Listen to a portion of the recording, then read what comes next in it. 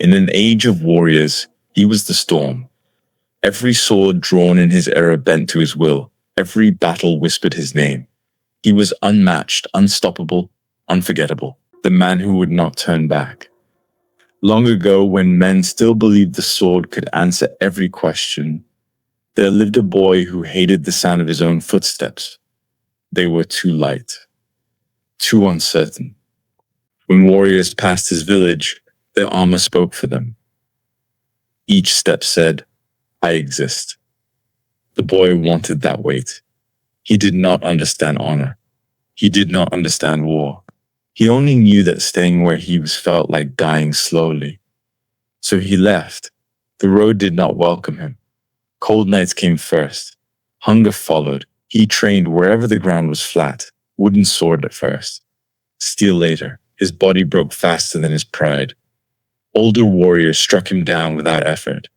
They did not mock him. That hurt more. At night, he stared at his hands and wondered if strength was something you were born with, or something that simply refused to come to him. Still, every morning he stood. His first real battle erased his fantasies. There was no rhythm, no clean movements, only noise and panic.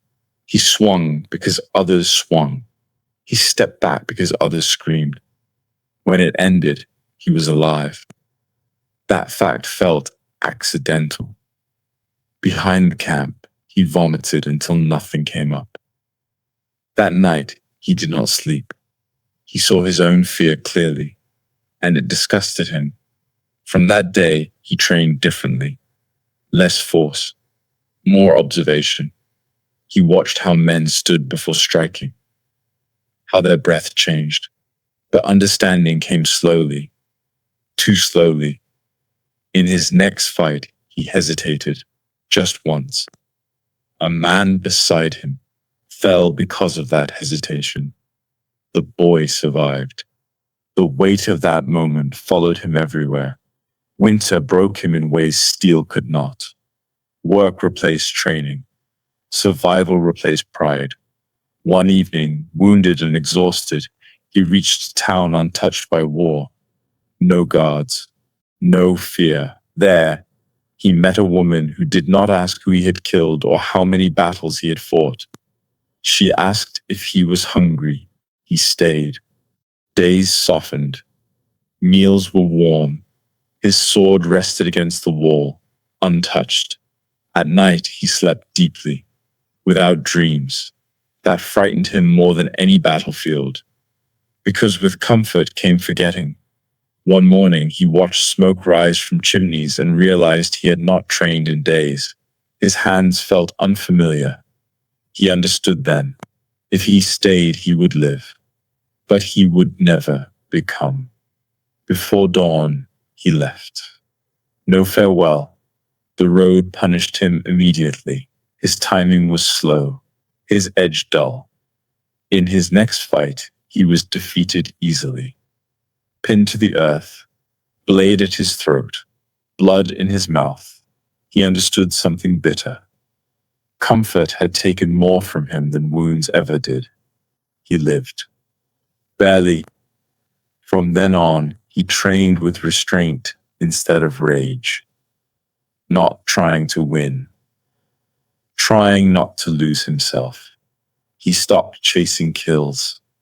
Stopped rushing. He learned spacing. Patience. His sword grew quiet. Years passed. Fear never left him, but it stopped commanding him. Then war came again. Not a skirmish. A real war. When the battle broke formation, men panicked. When the commander fell, voices rose in confusion. The man did not rush. He held ground. Others gathered around him without being told. They survived because he did not move unnecessarily. After that day, his name was spoken softly, not praised, trusted. He endured everything, and at last all his effort bore fruit. Each strike, each sleepless night, each fall had shaped him. From that moment, There was no turning back. He moved forward with unshakable resolve, his skill sharpened by hardship, and in every battle that followed, he emerged victorious. Even when faced with the temptations of comfort or the distractions of desire, he remained steadfast, and beside him, the woman who had once tempted him now walked as his companion, sharing in the victories he had earned. He became a true warrior, understanding the meaning of strength and honor. His name remembered throughout the era of the greatest wars, and people came to believe he was a savior, leading countless soldiers to victory and earning respect across the lands as age passed like a real warrior. When a boy once asked him how he became strong, he did not answer immediately. He looked at the road ahead, long and empty. Then he said, "I did not turn back." And that was the truth. He did not become great because he was gifted. He became great because every time life offered him comfort, fear, or escape, he chose to continue walking, even when the road hurt, especially then. Never give up until you reach it. That is the path of a great warrior. Welcome to home.